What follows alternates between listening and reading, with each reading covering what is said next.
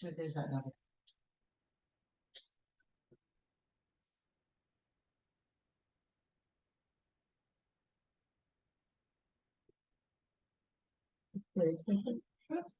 That's today. Yes, ma'am.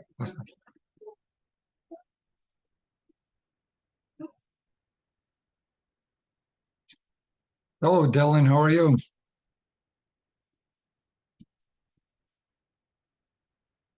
Doing good, Stuart. How are you? I am good. So are you by yourself someplace, or is some of your classmates with you, or? Yeah, I'm just at home still. I think the Oh, other yeah. people are Okay. at school. Yeah. But you have to go in later this afternoon for a um for another class, right? Yep. Yep. Yeah. Do you We'll live go there fairly after close? this one. Yeah. Do you live fairly close to the college, or? 25 minutes. I'm in Pickering, so not too Oh, far. that's not too bad. Nope. Let me see. I know there's a couple others waiting here. I just have to figure out how I let them in. Hi, sorry, three of us are here. Hi, Jonathan. How are you? Good. Okay, so we got Dylan, we got Jonathan, we have Andrew, and there's three people with Jonathan. So that's everybody. So how are you guys doing this, Jonathan? Are you guys just all kind of clustered around the laptop, or? Yeah. We tried to put it to the TV, but it wouldn't work. Oh, I was going to suggest that put that up to the. Did you try one of you logging on to the podium computer? Can you do that? I don't know. That's I true. mean, I can't even figure it out. if one of you want to give give that a try. So you guys are all young guys. What do you guys know about shingles? You know It's anything about? bad. Oh, so I knew I was coming down with a case of shingles on Wednesday when I talked to you guys, but it got really bad on Friday. I ended up having to go to Oshawa General because it's in my eye, right? That's bad. Yeah, so I'm having trouble with my vision. So uh, I don't know. I don't think I'm going to be able to make it into the college tomorrow. So if you guys are okay, we'll do it. We'll do it by Zoom again tomorrow, and then hopefully by next week I should be over this. Does doing it Oh, by that's all Zoom good. work for? Sorry. That's all good for sure. Yeah. That's not a problem. Yeah. Yeah. So maybe you notice when you come in that I'm recording this.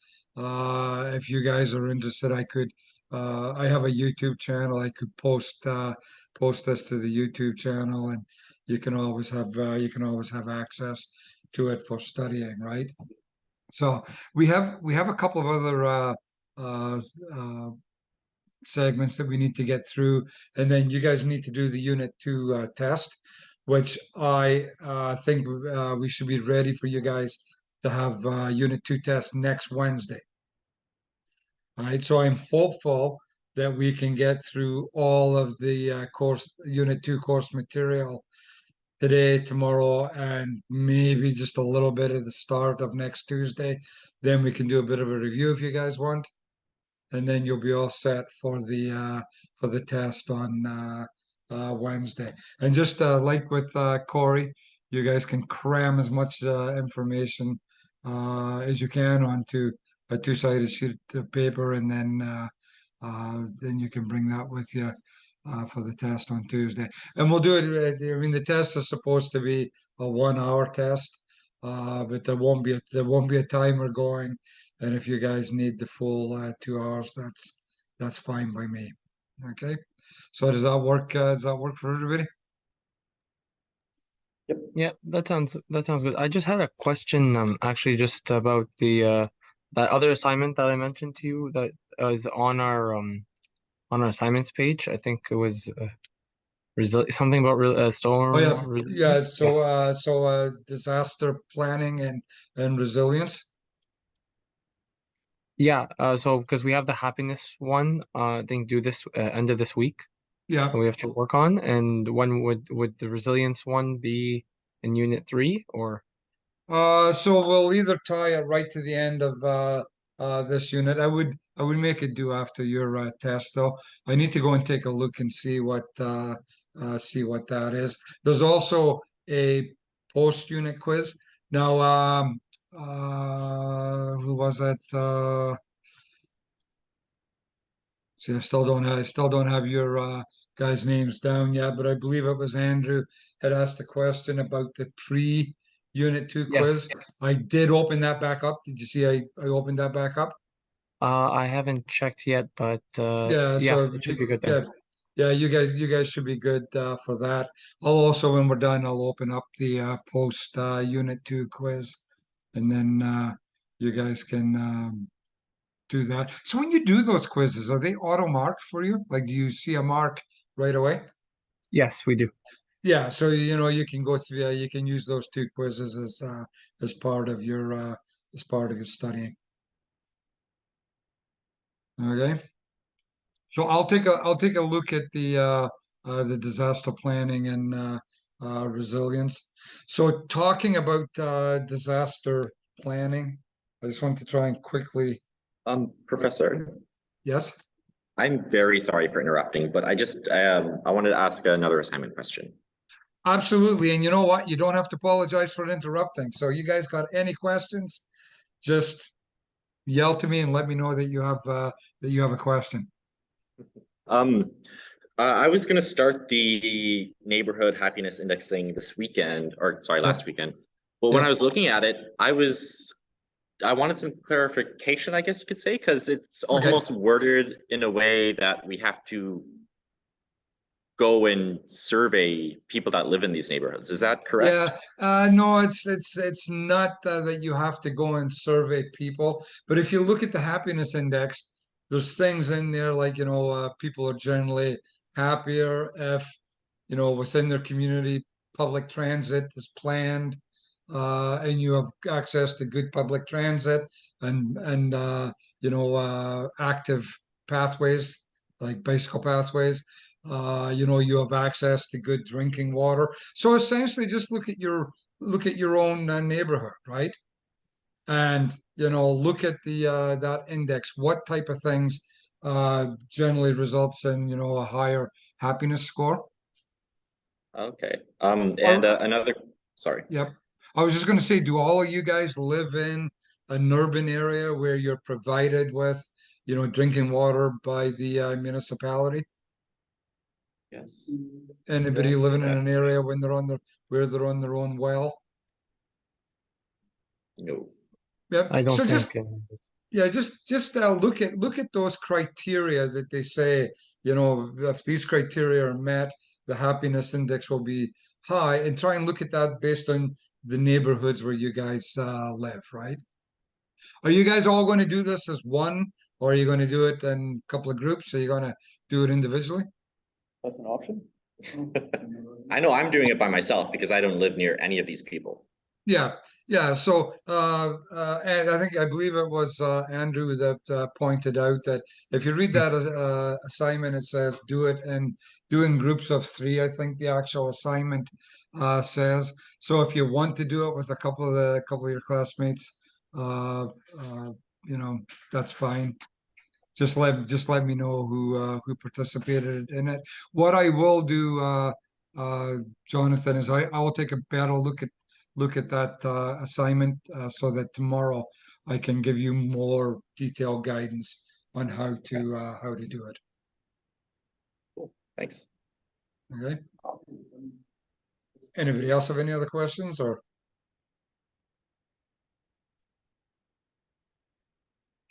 No. I think Okay. it's sorry, Go ahead, Professor. Andrew. So it's due Friday, but if there is an issue with that, could we have it due like by like Sunday? Sure you can. See what a pushover I am? I don't think it'll be an issue, but I think we're just Yeah. looking over it more. Remember, Corey said I can do what I want with you guys, right? She said I'm not. She said I'm not gonna have an issue with you guys. You guys are all really good, so do what I want, right? Mhm. Okay. Okay, So thank now, any other questions or? No, that's all. Thank you. Okay, all right. So Andrew also pointed out to me in one of our classes, one of our last classes, that our next segment, and I believe it's actually titled Environmental Assessments. So Andrew said, well, does this mean that we're moving into Unit 3, which is environmental assessments? Well, no, it doesn't. And what we have to keep in mind is that there are two kinds of environmental assessment. Unit 3 is going to deal with environmental assessments, environmental site assessments that are specific to looking at sites and what is the history of that site and what is the potential for contamination to be present on that site, right? Well, what we're going to look at now are environmental assessments that are done as part of usually larger projects, and they're done to determine and to mitigate any potential environmental impacts that a project that would have. So having said that, can you guys think of any type of projects that you've heard about that have involved an environmental assessment? And these are typically called environmental impact assessments. So are you familiar with any projects that where environmental impact assessments have been done? Isn't it basically any project basically requires one, but depending on what it is, you can kind of fast track it? Yeah, I mean, so basically, any type of project needs an environmental impact assessment. Now, if it's if it's a person who's bought a relatively large piece of property and they want to tear down an existing house and they want to replace that house with 12 townhouses, yes, the municipality will typically make them do environmental work as part of that, but those type of small projects don't generally go under full impact assessment, right? Have you guys ever heard of Highway 413? Or should I say proposed Highway 413? You guys know anything about that, anybody? Bryce says yes. Bryce says yes, right? Well, Bryce must have been watching the news or reading the newspaper. But Highway 413 is a highway that has been proposed by the provincial government, and it's designed to come off of the Highway 401 on the west side of Milton, and then come straight across north of Toronto. And I believe it's designed to end at Highway 404 and potentially even be pushed further out to Highway 415. So that's a provincial project. So it comes under the provincial requirement for an environmental assessment. But the provincial government, they decided that they were going to fast track those environmental assessments, right? But when they did that, a lot of environmental groups that were not happy about that, they went to the federal government and said, can you designate it as a project that requires a federal impact assessment? And typically, as we will see as we go through this, transportation projects are typically in the domain of the province. So the province will do the environmental the environmental impact assessment. But there are certain key triggers that allow the federal government to step in and say, well, you know what, we're not happy with the assessment you did at the provincial level. We're going to require an environmental impact assessment following the federal guidelines and the federal regulations.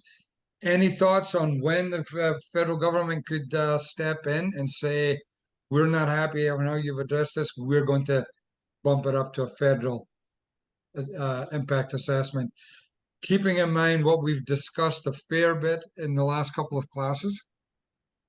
So what kind of thing could be present on a site where the federal government might say, we're going to require a federal environmental impact assessment? Anything Bryce on said radiation. I'm thinking endangered species or species at Well, risk. Okay, so radiation, right? Radiation, that falls strictly within the federal domain. So any nuclear project, it's getting a federal environmental impact assessment. But I think it was Jonathan said it or somebody said it, species at risk. So what has essentially happened with Highway 413 is that I believe it's 23 species at risk have been identified within the area of Highway 413. So if there's a species at risk, if the federal government is not happy with the provincial impact assessment, they can bump that up to a federal environmental impact assessment. And that is exactly what has been done with Highway 413, is the federal government has stepped in and said, nope, there are clearly species at risk, in that area. You guys haven't assessed it properly. We are going to assess it under the federal regulation. Any idea what species at risk might be present in that? The bird you talked about? There's a couple areas where there are birds that are nesting that are species at risk. How about reptiles? Any thoughts for any reptiles that might be species at risk? Snapping turtles. What's that? Snapping turtles. Snapping turtles, yeah. So they're species at risk. There's also Blanding's turtles, right? And then we get into Jefferson salamanders, that are listed as species at risk. So all species at risk. Say that again. Sorry, I forgot to put myself on mute. I was just surprised that there were salamanders up here. Let me just take a look, see if I can quickly find this for you guys. Another side note, actually, you might find it interesting while you're looking that up. There was a wild moose in my town, literally last week. Oh, was there really? And your town is Lindsay. Oh yeah. See, I can see that, right? Because moose for whatever reason and black bear seem to be kind of pushing to the south. We had a black bear. I got as far south as Uxbridge a couple of weeks ago. Unfortunately, it was killed by a car on Lake Ridge Road.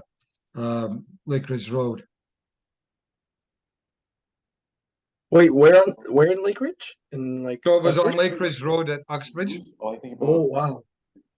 We have black bears up there? We get them occasionally come down south. And this female black bear came south with 2 cubs. And unfortunately, the mother was killed on Lake Ridge Road, and they were able to get 1 cub, but they could never find the other cub, and it was too young to survive on its own. So yeah, see, a lot of this has to do with climate change. Like a lot of larger animals are beginning to push south out of the normal range into the areas Whitby, Pickering. We had a black bear a couple of years ago that was right in the town of Whitby.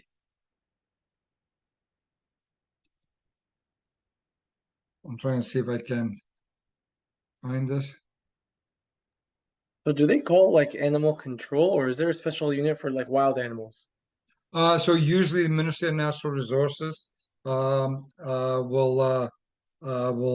deal with wild animals.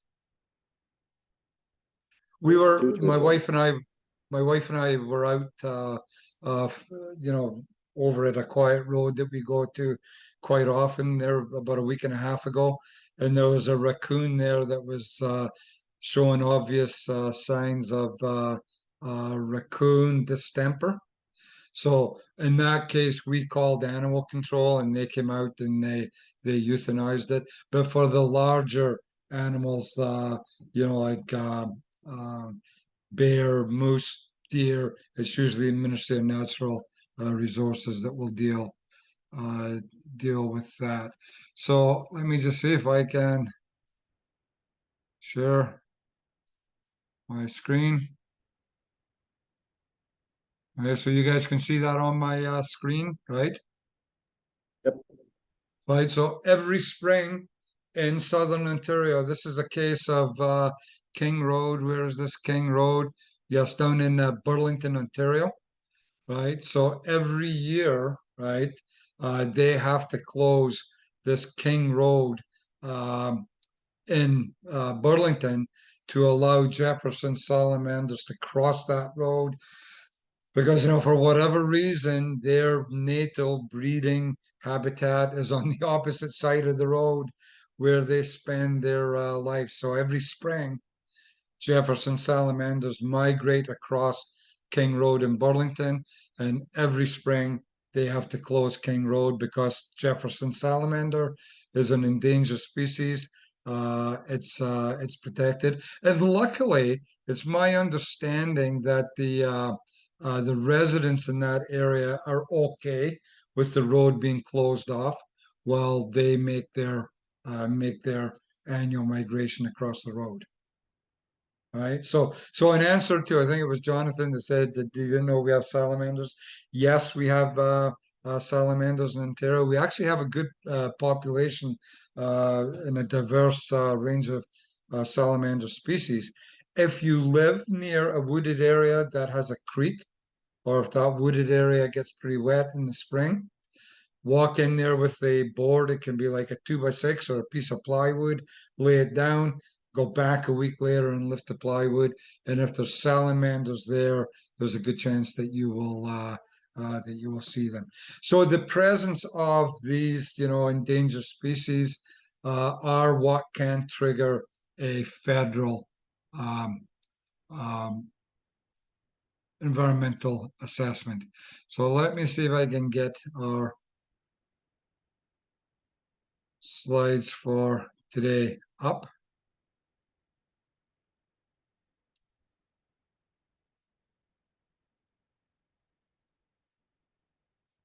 Mm.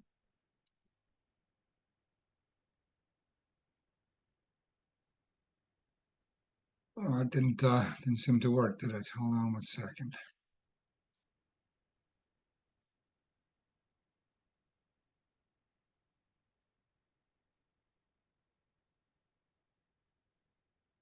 I want to see if I can get this to be full screen.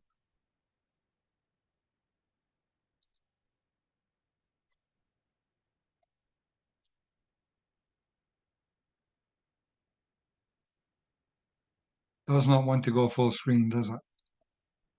Okay, can you guys see those slides okay? Kind of. Kind of, let me see. All right, what I think I need to do is get this downloaded on it and onto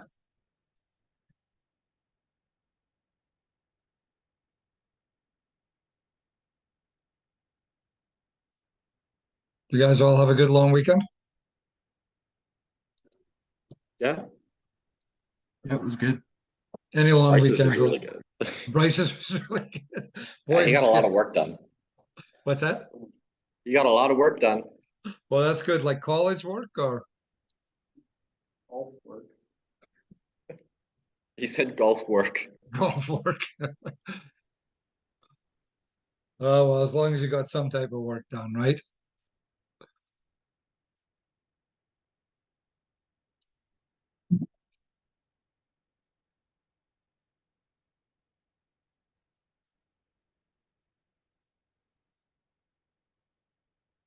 Okay, is that any better? Yep. All right. Okay, so as this slide says, this is environmental assessments. And like I said at the beginning, these are environmental assessments that are done under the various pieces of planning legislation. But we're going to outline the key legislative requirements under the Canadian Environmental Assessment Act and the Ontario Environmental Assessment Act and identify when each would apply. So we talked a little bit about one case when it would apply, and that would be, if there's endangered species in the project area, and especially if the federal government is not happy that a provincial assessment has adequately looked at the impact to those assessments. Have you guys been following at all the provincial government wants to take a large swath of land out of the green belt, and a significant portion of that land is in Pickering? We talked about it a bit with Corey. Yeah, Yeah, so I believe they want to take about 5,000 hectares out of the green belt, and about 4,700 hectares of that is in the Rouge Agricultural Preserve. Right. So those are lands um, that are kind of abut the Rouge the Federal Rouge Park. You guys ever hear of Pickering Airport? Have you ever dealt with that in any of your classes? Allegedly. Allegedly. I like to use allegedly too when I'm not 100% sure. But back in the 70s and 80s, the federal government decided that they were going to build Pickering Airport, right? And they expropriated large amounts of agricultural land for Pickering Airport.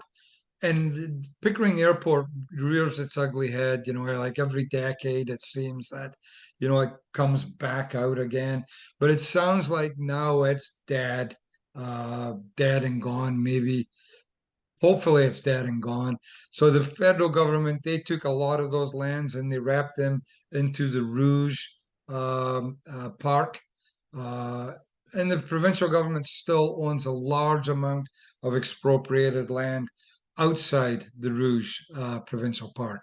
So Corey, talk to you a little bit about all these lands coming out of the Greenbelt. Environmental groups who really don't want this land taken out of the Greenbelts, they're hopeful that the saving grace here will be the Canadian Environmental Assessment Act, and that the federal government will step in and say to the provincial government, no, you're not taking those lands out until you've done a full environmental assessment that will address the impacts on endangered species. So that's the hope there, that the federal government will get involved with that. We'll outline the regulatory requirements in Ontario that apply to transit projects, waste management projects, and electricity projects. And we'll discuss current issues in environmental planning. So these may include social equity and land use planning, climate change and land use planning, regulation review, right to participate, and recent LPAT decisions. So I had started to send myself an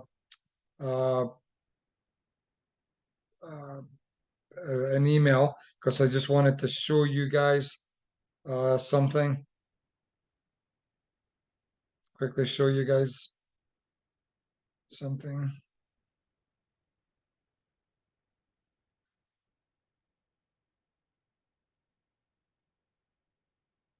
Did I tell you guys that my family was supposed to be coming out from Chicago on the weekend and we were going to spend a weekend up in Collingwood?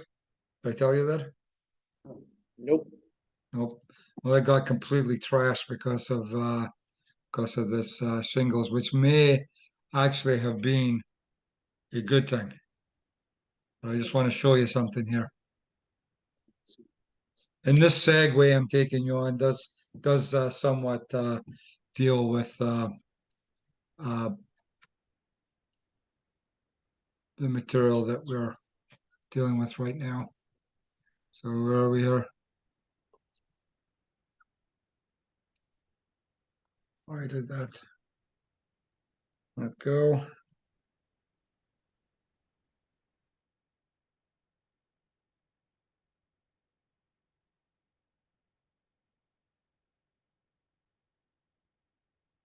Just be 1 second.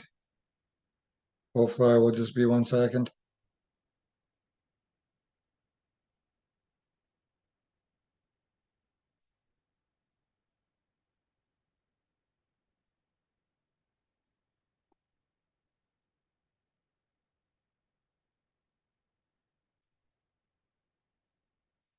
No, I'll see if that email hasn't popped up yet.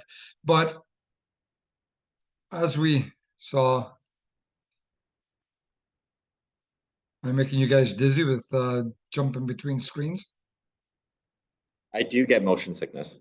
And as I said, I'm a tab addict. So are you guys seeing all those screen changes that I'm doing? Yeah, is that? Yep. Yeah, okay, I'll try and minimize that, right? But climate change and land use planning. Remember how we talked and I said this is going to be a big thing for you civil guys, right? As climate change and the design of stormwater management systems that's going to be able to hold the type of rainfalls that we're seeing. So the segue about my son was supposed to come up from Chicago, but we had to cancel it, so we didn't get to see the grandkids, which turned out to be a saving grace because on Sunday they got 153 millimeters of rain in about a 2-hour period, which totally flooded their basement, right? They live in an area of Chicago that was constructed in the very early 1900s. So as you can imagine, their storm sewer systems are just not designed for that kind of rainfall. So it was a classic example of climate change and how it's affecting land use planning. But we are also getting these really heavy storm events here. 2 weekends ago, we had a storm event where we got 61 millimeters of rain that fell within a 2-hour period and flooded a lot of basements. So climate change and land use planning is becoming a really big issue, right? So those are some of the current issues that we're going to hopefully take a quick look at as we breeze through these slides. So purpose of environmental assessment. An environmental assessment is a planning and decision-making tool. Its objectives are to minimize or avoid adverse environmental effects before they occur, incorporate environmental factors into decision-making, and allow those affected by the proposal to be consulted during the decision-making process and attempt to resolve conflict. When you have these, and I guess I'm going to answer my own question here, but these highly controversial projects that are proposed, I was going to ask the question, how often do you think, all the conflicts get resolved in the planning process? Not too often. It's sometimes in many cases, very difficult to to address everyone's concerns.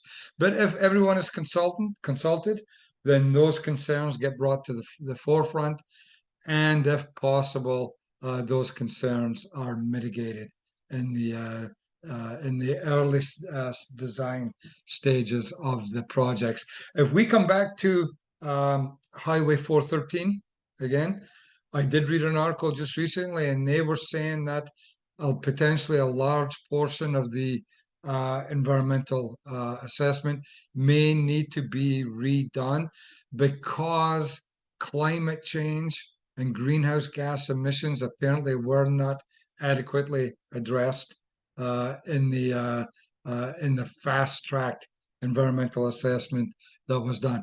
How much do you guys, being civil guys, know about global warming and greenhouse gases? Gonna get real hot. It's going to get real hot. You step outside even today, and it's pretty darn hot. Are you familiar with the main gas that causes greenhouse or global warming? What is that main CO2? gas? CO2, right? And if you're going to be constructing new highways, then you're going to be releasing significant quantities of greenhouse gas from those from that project, and that needs to be looked at in the design phase. There will be people who will tell you if you design and construct a new highway, you will actually reduce some of your greenhouse gas emissions because you move people off those clogged arterial roads where vehicles are just sitting idling, right? So there is a bit of an offset, right? So those are the main purposes of the environmental assessment. So minimize or avoid adverse environmental effects before they occur, incorporate environmental factors into the decision-making process, and to attempt to resolve conflicts. In the areas where you guys live, can you think of any environmental assessments that have been carried out recently in your neighborhood? Bryce says, Bellevue or Bellevue? Last semester, I don't know. Oh, Levine or something Drive, water main construction. Bryce said Oh yeah, 441 in Oshawa. yeah. I know Right. where I So live. Sorry. yeah, go ahead, Jonathan. I know where I live, there's, they had to do one for, a soil site where they would just, dump, a certain class of soils and let it naturally. Yeah, yeah. So those are all things that require environmental assessments, right? So the one that Bryce mentioned, the water main reconstruction, that would go through what's called a municipal class environmental assessment, right? The one with the soil site, that would be an environmental assessment that gets done under the Environmental Protection Act, because that would more than likely be classified as some type of waste management facility. But are you guys familiar with, I call it Adelaide Woods, but it's the wooded area, lies just north of Dundas Street, and lies between Thornton Road and Oshawa and Gerard Road and Whitby. Guys familiar with that place at all? Yeah. No, if you're not familiar with it, you guys got to go in there. Jordan said he knows it, yeah. Yeah, I mean, just a really neat little ecosystem that goes on in there. It lies in a valley, a bit of a valley, so you walk in there. It tends to be a fair bit cooler in there than the surrounding areas. There is a small, I believe it's Carbeck Creek that goes through there. It was assessed as a cold water stream. So if you've never been in there, go and take a walk in there. Go and take one of your boards that I told you about, and I'll put it down and go back a week later and pick it up and look for some salamanders. But if you're going to go there, you need to go there relatively quickly, because there is a proposal to join Dryden, no, sorry, Manning Road in Whitby and Adelaide in Oshawa. And in order to do that, they essentially have to destroy that area by constructing a large bridge, right? Because it isn't such a fairly deep valley. They need this large bridge to go through there. And it is an area that's kind of near and dear to me. So I've been actively involved over the years in all the environmental assessments that were done. Right, so that's just an example of one that's fairly close to where I live and is near and dear to me. So this is a slide that shows you links where you can go and look at national projects under the Canadian Environmental Assessment Act, or you can go to provincial projects under the Ontario Environmental Assessment Act, or you can go to this site here and you will see projects that are being done by either Durham Region or the city of Oshawa, town of Whitby, under the municipal class environmental assessment process. So you can go to those links and see what's happening in your area. Another good place to find out about these are all advertised in the local newspaper. Usually there's an advertisement that will announce the start of the project, and that announcement will contain contact information where you can provide your name and email address, and then you will get update emails.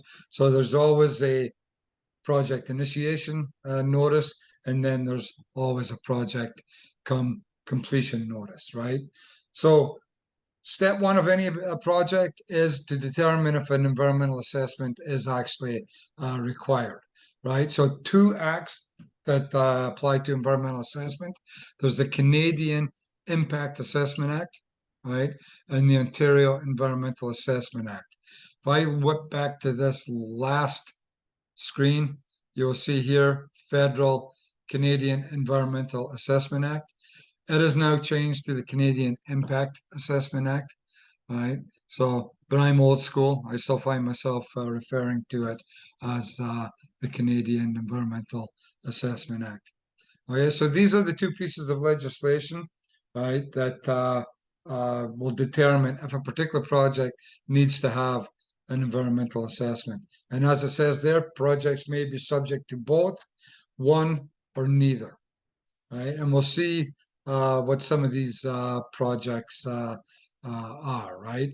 But under the Ontario Environmental Assessment Act applies to provincial ministries and agencies, municipalities such as towns, cities, and counties, public bodies such as conservation authorities and Metrolinks.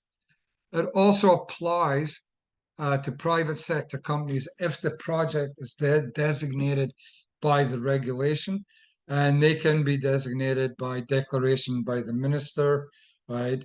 So he will designate whether projects are either exempt or designated as an undertaking to which the act applies, right? So that's the Ontario Environmental Assessment Act. You can see there in that last paragraph, it says applies to Metrolinks. Have any of you guys been paying any attention to the, this, I think it's called the Scarborough-Durham Bus Rapid Transit Project, in which a rapid transit bus line is going to be installed in Dundas Street that's going to go from Oshawa, somewhere downtown Oshawa, and end up in Scarborough. Guys heard of that? So Yeah, you if you're driving on Dundas Street now, right beside McKay Boulevard, there's two very large signs at the side of the road, telling you about the project and how the provincial government is going to spend $50 million over the next 10 years for that to become fruition. But it is going to create traffic chaos on Dundas Street, probably for about 10 years while they do that construction. But you can go to Metrolinx website and you can see all the, the environmental assessment documents and all the publicly available documents that are currently available for that, right? So the Canadian Impact Assessment Act, right? So that applies to activities, right, such as national parks and protected areas. So they're listed projects, right? So anything that's taken place surrounding a national park or protected areas, mines and metal mines. So if you want to construct a new mine or metal mills, then you need to have an environmental assessment. Nuclear facilities, including certain storage and long-term management of disposal facilities. Do you guys hear anything that's been in the news for the last 5-10 years about long-term management of nuclear waste in Ontario? Guys paid any attention to that? pardon? So as far as long-term management or disposal of nuclear waste, guys heard anything about that in the news? Doesn't it all just get put under Port Hope or something? So right now it's actually all being stored in facilities. I believe most of it at Darlington, right, where it's stored under water. But that's short-term storage. There is a project right now, and it's called the Deep Geologic Repository, in which they want to construct a mine system up in Bruce County, up by Bruce Nuclear. And this thing's going to go down several miles into the ground and then branch out from there. And the plan is to take all the currently stored nuclear waste and put it into this deep geologic formation. I'm kind of hoping that this doesn't make you guys dizzy and start my Google Earth.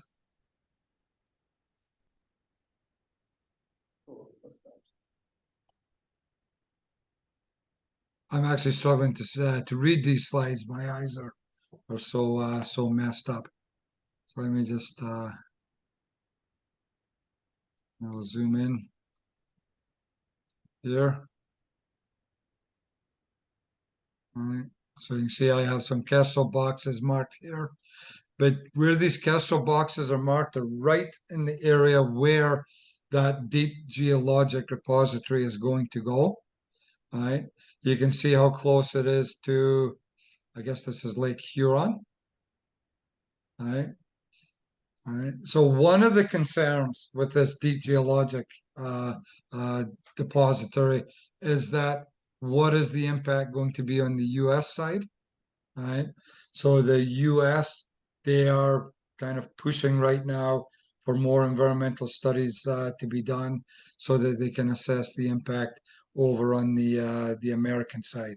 So essentially that project is to take all of our nuclear waste from Darlington, which is right here, Pickering, which is here, and Bruce Nuclear, which is in Kincardine, and dispose of it all in this deep geologic repository. Okay, so let's get back to our slides.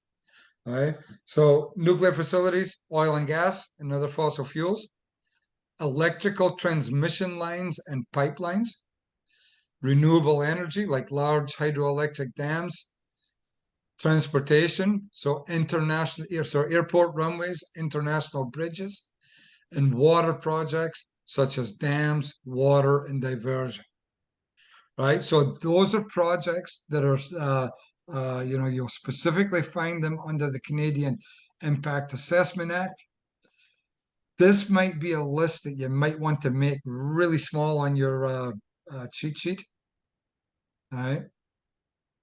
Just make it really small so that you have room for other things, right? But it may be a list that may crop up a couple of times. And also the Ontario Environmental Assessment Act, what kind of things are designated there, right? All right, so, applies to provincial ministries, municipalities such as towns and cities. We're going to take a look in a second, might actually even be the next, that's not the next slide, but the next couple of slides, about what some specific projects are that would trigger the requirement for environmental assessment under the Ontario regulation, right? But type of environmental assessment required, there, as it says there are many types of environmental assessment, and the complexity generally depends on the risk associated with the project, right? So you can see, how a proposal to construct a new mine with a associated metal mill would be fairly complex, and have significant risks associated with it. So an environmental assessment for that is going to be more complex than an assessment for something like, upgrading a water main in a roadway, right? So step one is to determine if an EA is even required. When you've determined that it is, you then need to determine the type of environmental assessment required. I'm not 100% sure if a little flow chart outlining what those steps might be would be a good idea or not. Remind me tomorrow, and I'll tell you tomorrow if that might be a good thing to have on your cheat sheet. Okay, all right. So determining the type of EA required. So individual environmental assessment. So large, complex projects with potential for significant environmental effects. These require Ministry of the Environment, Conservation and Parks approval. So at this point, we're talking about provincial assessments, right? So that's an individual environmental assessment, right? Then we have what's called streamlined environmental assessments. So routine projects that have predictable and manageable environmental effects. So without skipping right to that last paragraph, if we look at, the example that I think Bryce threw out about the water main upgrade, is that a project that has fairly predictable environmental impacts associated with it? Yes. Yes, fairly predictable, right? The municipalities are doing that all the time, right? They know what the impacts are, right? So they will go through streamlined environmental assessments, right? So as it says here, routine projects that have predictable and manageable environmental effects. So they can be electricity projects, waste management projects, transit projects, and Metrolinx undertakings. And then we have this class environmental assessments. So these cover routine activities, including municipal road, sewage, and water infrastructure, highway construction and maintenance, right? So those are just some examples, right? but maybe very small note in your cheat sheet about streamlined environmental assessments and these type of projects that could come underneath it. The Canadian Impact Assessment Act, as it says, replaced the Environmental Assessment Act in 2019, broadens the scope of assessments to include positive and negative environmental, economic, social, and health impacts.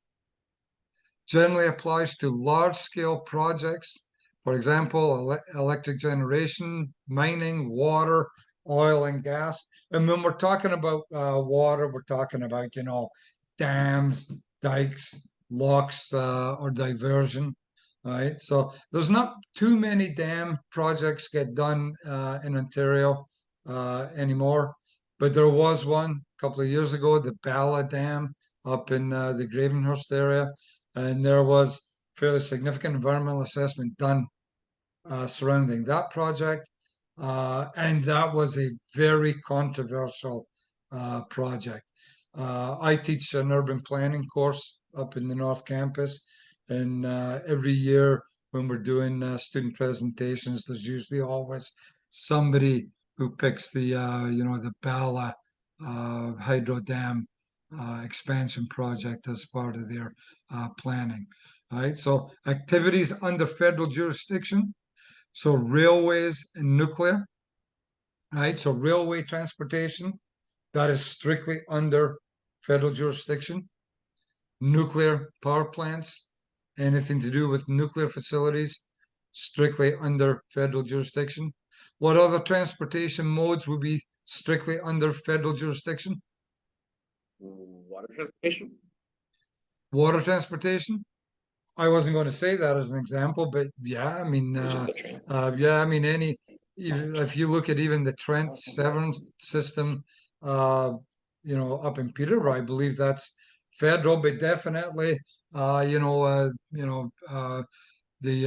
lock system coming up the St. Lawrence River is federal. Yeah, so there's one. So ship. What other one? I figured anything that like the DFO would have to get involved with. Right. Yeah. Yeah. So there's Bryce said planes. Yep, planes. Right. So we always end up in a a fairly tricky situation when we are doing environmental site assessments in the vicinity of Toronto Airport. And if you look at this building here, these three buildings here, 1, 2, 3, right? We had to do a noise impact assessment of those three buildings and the impact of the noise. I've lost my three buildings. The impact of these 1, 2, 3 buildings on the hotel that sits right here, right? And interestingly, so I'm just going to throw this out here to you guys. What do you think would cause most noise and most noise impact? Would it be these 4 large dust collector units, or would it be a jet plane coming off of runway, what I believe they call 23R, every 2 minutes when that runway is in use? Which one of those do you think would cause the most significant noise impact? I think the consensus over here is the plane. The planes. It absolutely is the planes, but because the air transportation falls strictly under federal jurisdiction, and we were doing a noise impact assessment under provincial regulations, we actually had to go into all of our noise data files, subtract all the aircraft noise from our data files, and then assess what our impact would be. It's actually it's a crazy setup, because that is the most significant noise impact. And it drives people crazy, not just in that hotel, but even in homes that you see out in this area. They're still constructing new homes up in this area here of Brampton. And if you drive into one of those subdivisions, you will see large signs that say, warning, you're entering an area that is subject to excess aircraft noise. right? Yeah, if you're doing a provincial impact assessment, you have to subtract. You have to subtract the noise. You guys ever I wonder actually have why? sorry. Yeah, go ahead. I'm so sorry. I thought you were done. Nope. I have I guess technically a story / question.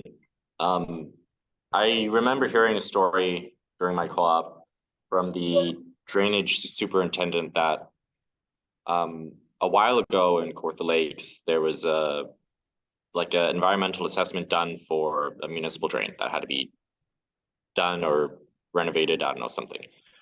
But one of the property owners didn't want it. So after they did all their assessments and stuff, allegedly, Yeah, what we think happened or what they think happened is that he got some minnows or fish or whatever that yeah, just from somewhere, or maybe they were dead, maybe he killed them, I don't know. But he threw them basically in the ditch and then he called the DFO. yeah, And they weren't able to prove that he put it there. yeah. So how, like in a situation like that where someone actively tries to impede like environmental assessment or something like that, like what can you really do about it? Yeah. So, I mean, you would think that that's something that, never occurs, right? But I think every um, uh, controversial project that is undergoing environmental assessment, somebody will half jokingly say, well, we're just going to have to go find some Jefferson salamanders, or we're just going to have to go find a Blandings turtle. There's a large wetland up in Collingwood, and it's been under development pressure for many years. And Blandings turtles have not been found there by any of the developers' consultants, but one of the environmental groups have a photograph of a Blandings turtle that was allegedly taken within the Silver Creek wetland, right? Uh, I know people who work for that environmental group, they're fairly ethical people. I would like to think they wouldn't plant something like that. But I mean, yeah, it's possible. Remember I showed you guys the housing development just around the corner from me. There's one large house and it's being transformed into 14 townhouses. Yeah. Right. So one of the things that became a bit of an issue there was the presence of red-side dace in the Lid Creek, right? Red-side dace is essentially just a small minnow, right? So does that happen? I definitely don't think it can be discounted, right? But typically what they do is you can go on to, have any of you guys ever heard of iNaturalist? Yes, actually. Yeah, so people, log sightings on iNaturalist, and quite often they will log, endangered species or species at risk. You can actually log sightings of species at risk directly with the Ministry of Natural Resources. So typically consultants who are doing work on these environmental assessments, as part of their assessments, they will search these databases and they will identify any sightings, from iNaturalist or on the breeding bird survey of any endangered species within the area. So that would help, right? Obviously, if all of a sudden an endangered species pops up, has there been a history of it being found there, right? Is it within typical, natural habitat for that species? And here is something that you guys in your career are probably going to, even though you're civil and not environmental, if you're working on these environmental assessments, you're going to be exposed to. Have you guys heard of eDNA? No. Ever heard?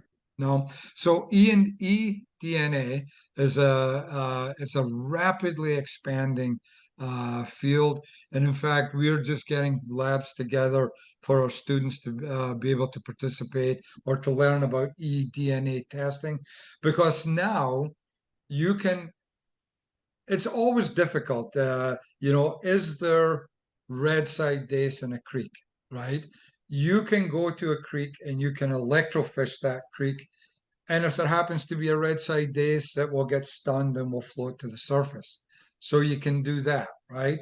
Or you can do what is now commonly known as eDNA, in which you take a water sample, it's processed, and a DNA profile of all the DNA that's in that sample gets developed.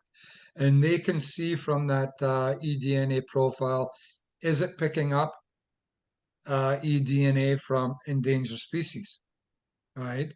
One of the things that we're beginning to look at, do you guys ever go to the North Campus? Yeah.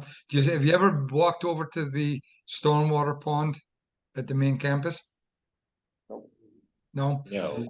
If you ever get a chance to take a walk over and take a look at the stormwater pond, it is infested with goldfish, right? Somebody at some point in time has dumped a couple of goldfish in there. They've bred. I mean, there are now some really large goldfish in that pond, and there are virtually thousands of them, right? So the University of Toronto, they've developed an eDNA profile for goldfish, right? So, and now municipalities, like you were talking, Jonathan, about the one you did with up in Kawartha Lakes with somebody. So even municipalities are beginning to adopt these eDNA tests because they will go and they will just pull a water sample from the stormwater retention ponds. They'll run it for eDNA for goldfish, and they will be able to tell right away without visually seeing or catching a goldfish if the pond has been impacted by goldfish.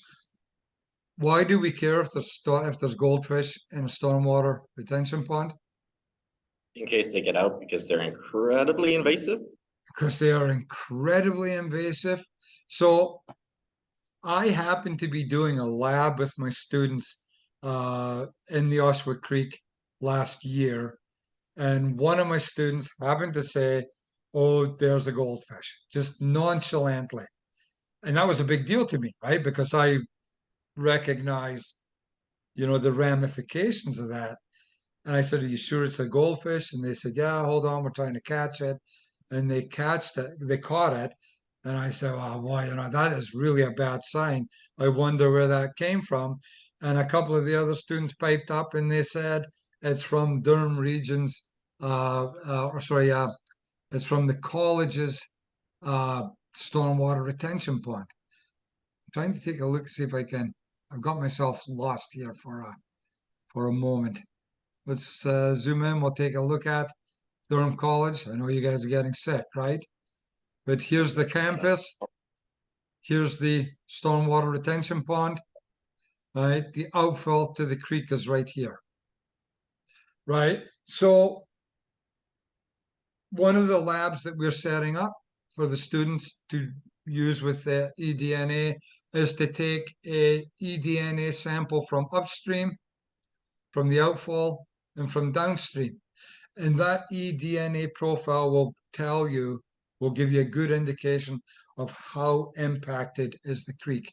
In the University of Toronto, they're developing a test now that based on the amount of goldfish eDNA that you pick up, you will be able to quantify the extent of the eDNA of the goldfish impact. So I think at least Jonathan, I believe, said you did some work with stormwater retention ponds on your A little bit, yeah, a little bit. This is becoming a major issue with stormwater retention ponds, is that people seem to think that they are a great place to dump their pet goldfish, their pet turtles, right?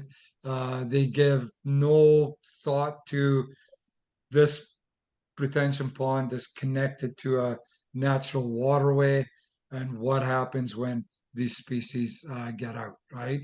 So municipalities, it is costing municipalities a lot of money, right? Because DFO can actually come in, and Ministry of Natural Resources can actually come in and say, resolve that issue, because you cannot be releasing introduced species into natural waterways. So wouldn't surprise me if you guys end up working for consultants or for municipalities, that within your first couple of years, you will be off dealing with stormwater retention ponds, and as part of that, infestations of goldfish. All right. So before I completely leave my Google Earth, on my Google Earth, you see a couple of red lines. There's this one, and then there's this one. This one happened to be a American Kessel that we banded in a box in North Pickering. And then it got trapped way down here in Port Stanley. What was that? Really? Bryce was just commenting on the beautiful beach in Port Stanley.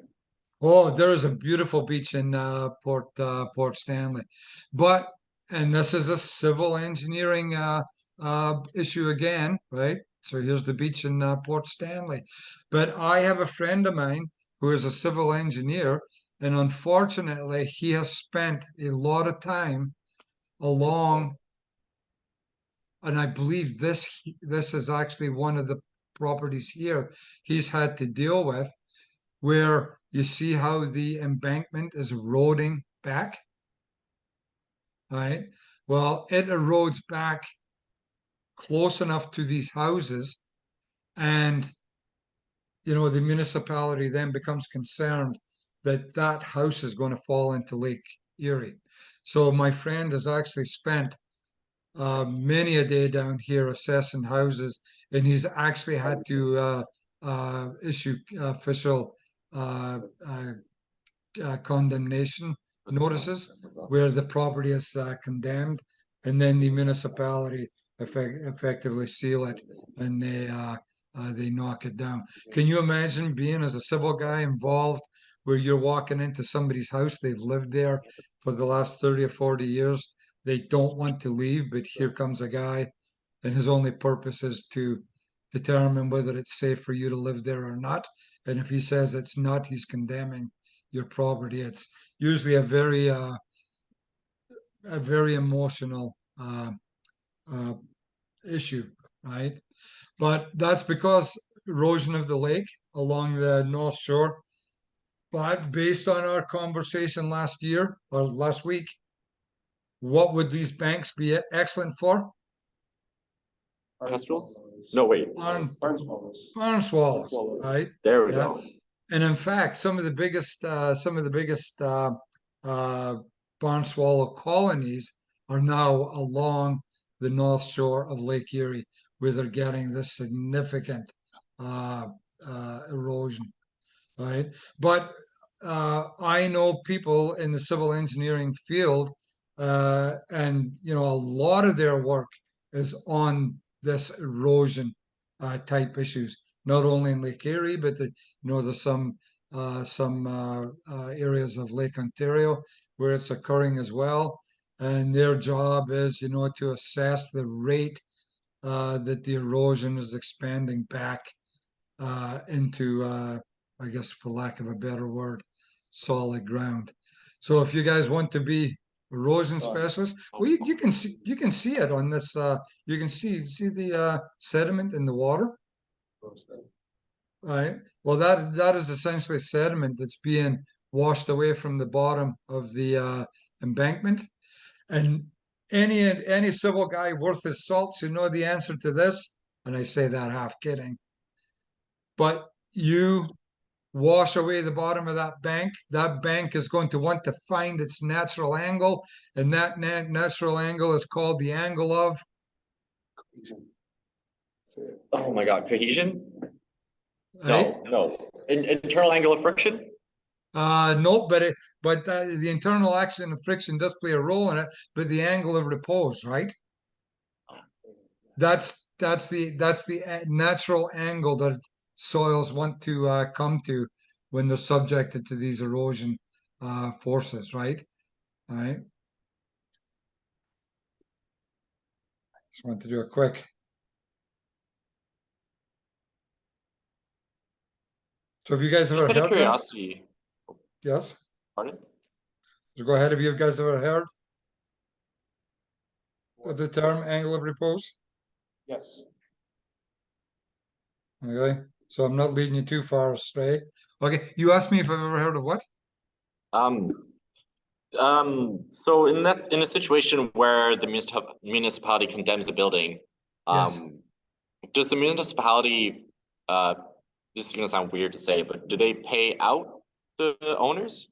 You know, I actually don't know what the so I get involved sometimes with condemnation of properties where it's it's in the middle of Oshawa and the owner has just allowed it to become derelict. So the city will condemn it, and then the city will issue a notice that they have, I think it's like 20 days to demolish the building, or the municipality will do it for them and bill them the cost. Right?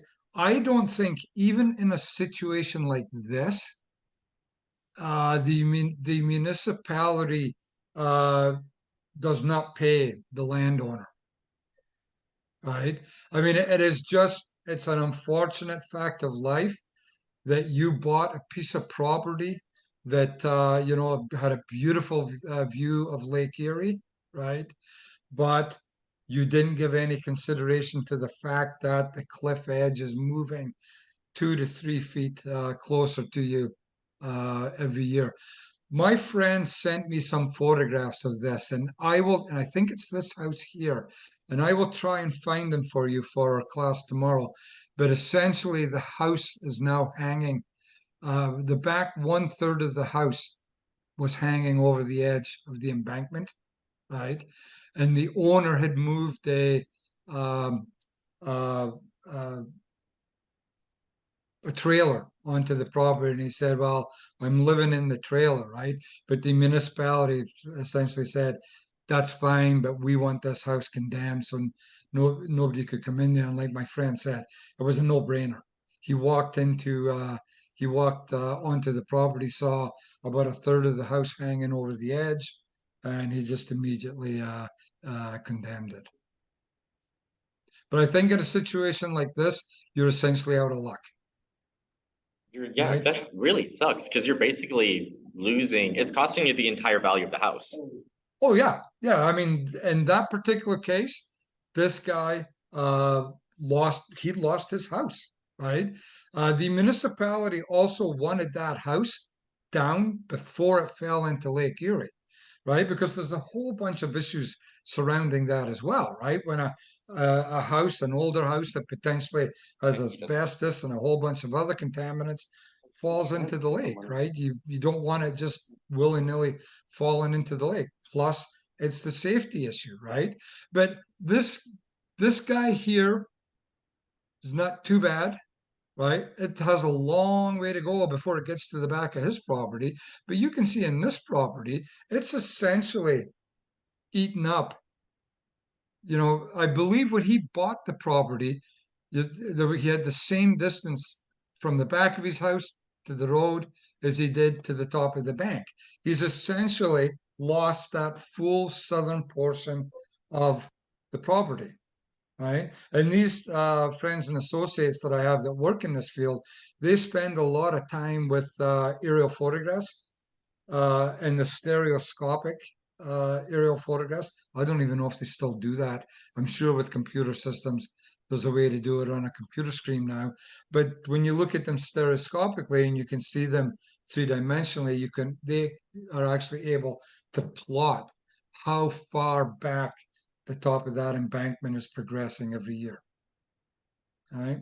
So the moral to the story, when you guys get rich in the civil engineering field, do not buy a house right on the shore of Lake Erie if there's a big embankment there. And you can see, man, it's a fair stretch along this area that is impacted by it. Now, I believe that's the only group of houses that were there. It looks like they're the only houses. But if you look at it right here, this erosion is actually now extended back into this farmer's field. Would you posit that possibly that could have happened because the farmer might have overwatered? Just out of I mean, curiosity. it could be part of it. It's actually really interesting. I would say that this was probably a wet area where crops didn't grow, because crops should theoretically add some stability to at least the surface soils. But if you look here, this looks like this might be a bit of a wet area that's also eroding. I would bet that if you looked at this farm field, it's probably drained, and it probably drains right here. And that's probably adding to the washout in this area. The other issue too is this has to be, for the erosion to be occurring at this rate, it has to be, fairly loose sandy soil. All right. Oh, And you can see, right, where you have water, right? So this is probably, and if you look along here, the elevation where the water is impacting it is all relatively the same. So that is probably your local groundwater table, right? Coming out of the embankment. So that's an open seep of groundwater. If you look here, it seems to be higher up, which may indicate that that's because of drainage tile being discharged there.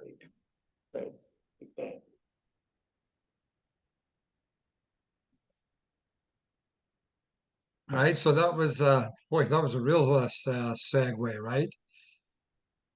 So my castle got caught right by, as Bryce says, right by Port Stanley.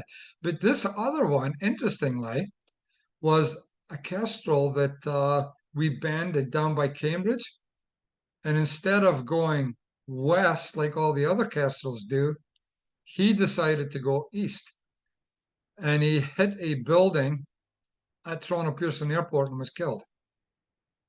All right. I don't want to say that he had it coming. Yeah, but maybe he did. One, for going the wrong direction. We actually wish that now that we had trackers on the 5 nestlings that were in that box, because did they all head 5 and east, and did the remainder continue going east, right? Or did they at some point in time turn around and start to follow this normal migratory path to the west? So bird migration erosion has a little bit to do with civil engineering. Bird migration has nothing to do with it. So where the heck were we? Yeah, so these are our federal projects that would be subject to environmental assessment, right? So examples of recent current projects, as I mentioned, dam locks or diversion was the Bala North Dam water power up on Lake Muskoka. Do you guys know anything about Lake Muskoka? What do you know about it? It's cottage country, isn't it? It's cottage country. But Lake Muskoka in particular, I mean, environmental guys like me, we can't afford to go live on Lake Muskoka. Eh? Maybe civil engineering guys can, but very wealthy area, right? In fact, many celebrities own cottages on Lake Muskoka. So would any type of project like building a new dam in the area of Lake Muskoka, is it liable to generate a lot of public pushback? Well, it did, right? You're dealing with a lot of powerful people with money. I believe the project is finished, and I still think, some of the local groups are pushing against the Bala Dam, right? What could some of the environmental impacts be to a dam? From a dam? Any thoughts? Increased water levels. Absolutely, right? What about the people that live on the upstream side of that dam? What's it going to do for their property, right? Yeah, so increased water levels. Anything else?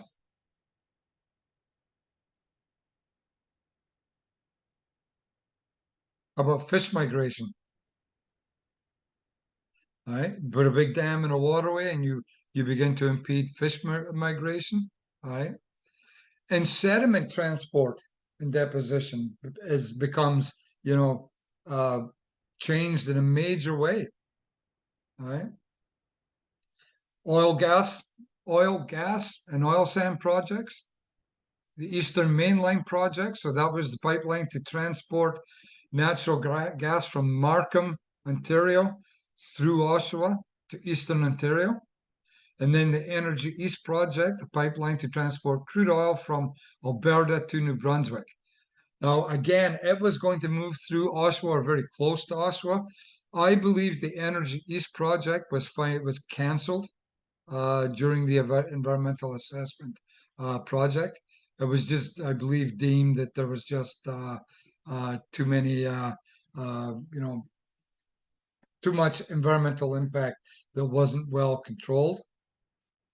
So large scale mining, so the Margino gold project and Wawa, Victor Diamond Mine extension project, railway lines, the Ottawa Light Rail Transit project, nuclear industries, the one I mentioned, deep geologic repository, designated, so these are designated by the Federal Ministry of the Environment. So the MTO widening expansion of Highway 69 from north of Highway 559 to Murdoch River. So, and interesting enough, that includes like a comment at the bottom about wildlife passages, and we looked at that wildlife bridge that was constructed, right?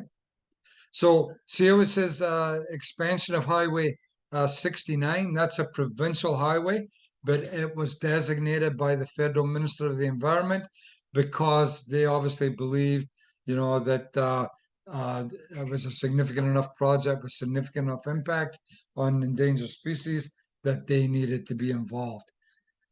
So remind me tomorrow, and I will go through the text and I'll just see if it's a good idea that if you know, have any examples of these on your cheat sheet or not. All right. So under Ontario Environmental Assessment Act, public roads and highways, transit projects, waste management projects, water and wastewater works, resource management, and flood protection projects. They are all projects that undergo an environmental assessment under the Ontario Environmental Assessment Act. So I mentioned Highway 413, right? It requires an environmental assessment under the Ontario Environmental Assessment Act. But as I mentioned, I believe the federal government is also going to designate it under the federal process. So Ontario Environmental Assessment Act, an example would be Highway 407, fixing road widening between Wentworth Street to the CN Railway, and Manning Road. So Manning Road / Adelaide Avenue connection. You guys get a chance, you should Google that and take a look at some of the background information. I mean, I'm personally really opposed to this because it's probably one of the last remaining areas of natural, probably, you know, second, third growth forest that we have left in Oshawa Whitby area. And it just seems like such a waste to destroy it because we've got to put a bridge through it to connect Manning and Adelaide together. But transit projects, Oshawa to Bowmanville service expansion of GO, East Region Rail Maintenance Facility in Whitby. That is, if you're over on the 401 right at Thixon Road and you look to the south, you'll see a really large GO transit rail yard. That's the East Region Rail Maintenance Facility that they're speaking about. Water and wastewater works, so Class EA to address outfall capacity limitation at the Duffins Creek Water Pollution Control Plant, Port Perry water supply, right, and flood protection. So Uxbridge downtown flood reduction. None of you guys live in Uxbridge, right? Or know a whole bunch about Uxbridge? Yeah, no, none of us live there. No. Apparently, I guess they must flood a lot because they did an Uxbridge downtown flood reduction project, and that would have went under its own Environmental Assessment Act. So individual environmental assessments under the Ontario regime, individual EAs are prepared for large-scale complex projects with the potential for significant environmental effects. All right, so think of large-scale projects like, for example, the GO Transit, the GO maintenance yard in Whitby. That's a large project, with potential for significant environmental effects. That would go under an individual environmental assessment. All right. When we get into the streamlined environmental assessments, these are what are called class environmental assessments, and they cover routine activities, including municipal road construction, sewage and water infrastructure. Right? They all fall under the class environmental assessments. We have Conservation Authority, Class EAs. We have Class EAs for provincial transportation facilities, highway construction and maintenance, Class EA for minor transmission facilities, electricity project, waste management projects, transit projects. They all have these streamlined environmental assessment processes that they can follow, right? So when you think about Class EAs, think about, projects are typically carried out by municipalities, and they're carried out on projects that generally have well-known and well-understood environmental impacts associated with them, right? As it says there, the vast majority of projects go through streamlined EAs, and study reports and consultation required for an EA can vary considerably. So the greater the risk, the greater the requirement of the EAs. Okay. So taking a quick look at Class EAs, right? And within those Class EA projects, there are what are called schedules, right? So we have Schedule A. So these are projects that are anticipated to have negligible environmental effect. They include municipal maintenance and operational activities such as repairing water main breaks, cleaning sanitary sewers, or adding traffic control signals to an intersection. It is not unusual to be driving down the road and you come across water bubbling in the through the road surface because there has been a water main break. Can you get a concept of what it would be like that every time we had a water main break, if we had to do an environmental assessment for each and every one? Right? Well, the environmental impacts of these type of water mains are well known, they're well understood, and they're easily controlled. So they go through the Schedule A process. And as it says there, those projects are pre-approved and may proceed to implementation without following the full municipal Class EA process. Right? So if you have a water main break, the repair of that break is pre-approved. Generally, you just follow, standard mitigation procedures, and you can proceed with your process. What would be a mitigation process that you guys think may need to be done surrounding a water main break? Probably, I would say, the most common one, the most common environmental impact that you could have from a water main break. Any thoughts? Sinkholes? What was that? Sinkholes? Well, you definitely get sinkholes, and sometimes sinkholes big enough that you could drive, could swallow your vehicle. But that's not exactly the answer I'm looking for. But in a roundabout way, you answered it. Why do you get a sinkhole? Because there's a space for water to infiltrate and a space for the water and soil mixture to leave. Exactly. So the soil, so essentially the water has removed a large quantity of soil, whether it be backfill material around the water main or soil from the native soils. It's taken that soil along with it in the flow of water and it's created a cavity, right? And that's usually, that can sometimes be our first sign of trouble, as we can see that the road is beginning to sink, right? What happens to all that water and all that suspended sediment? It's in the water main. Does it go in the taps?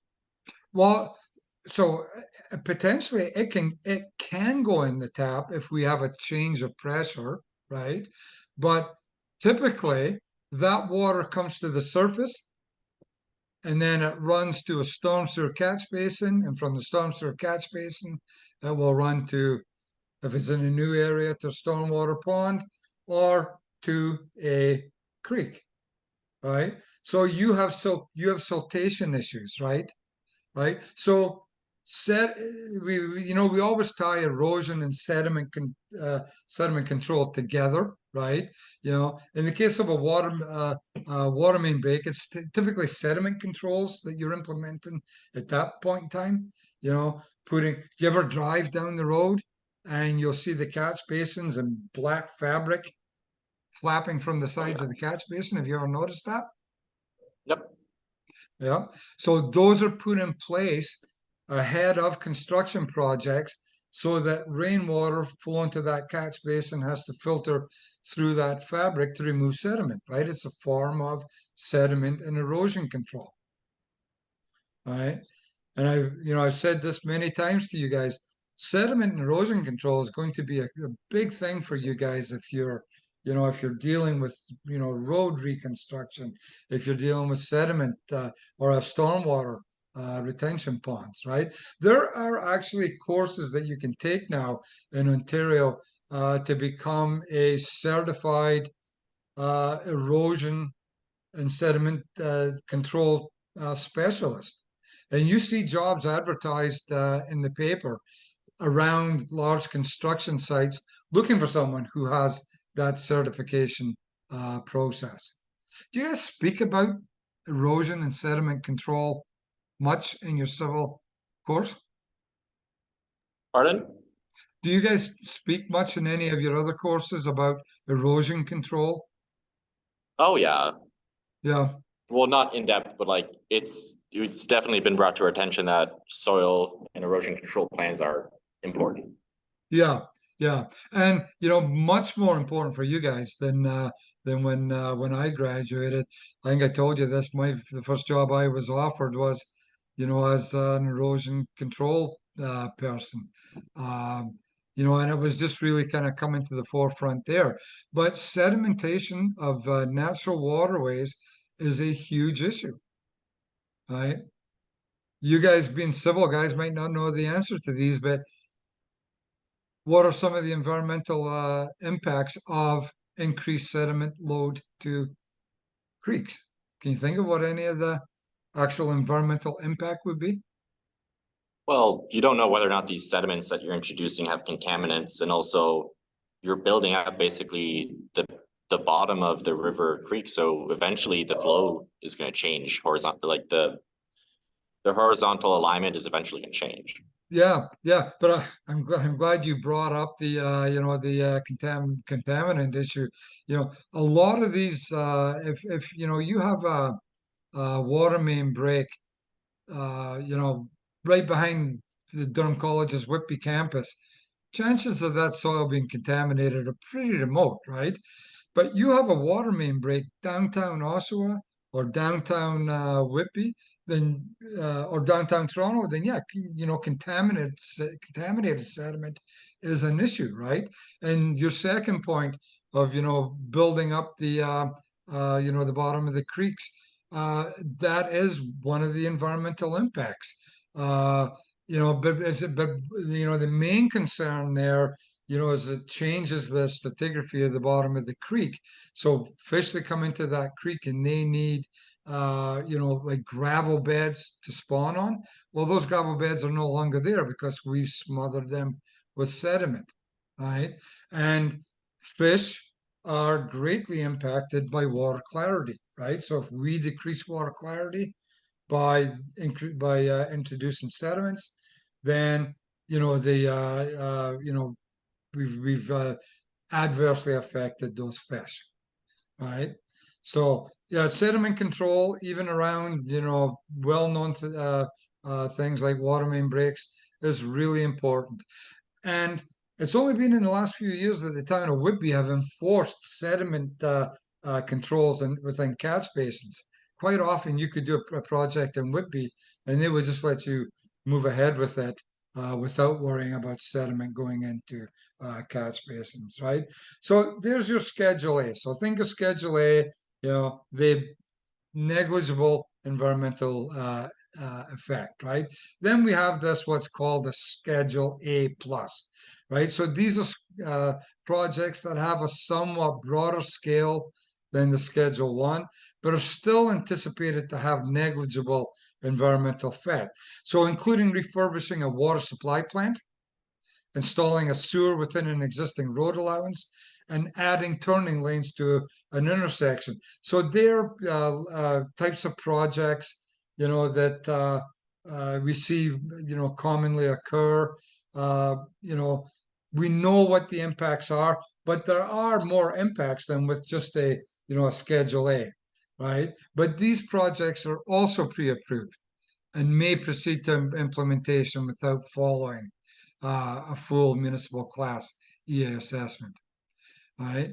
So these are typically bigger projects than what you would see in a Class A. So Class A, repairing a water main break. A Class A plus would be, upgrading a water treatment plant, right? So much bigger in scope, right?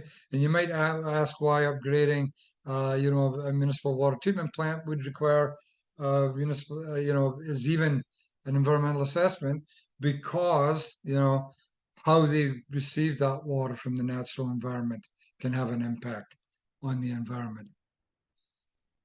Okay. We all live in Southern Durham region. Where do we get our drinking water from?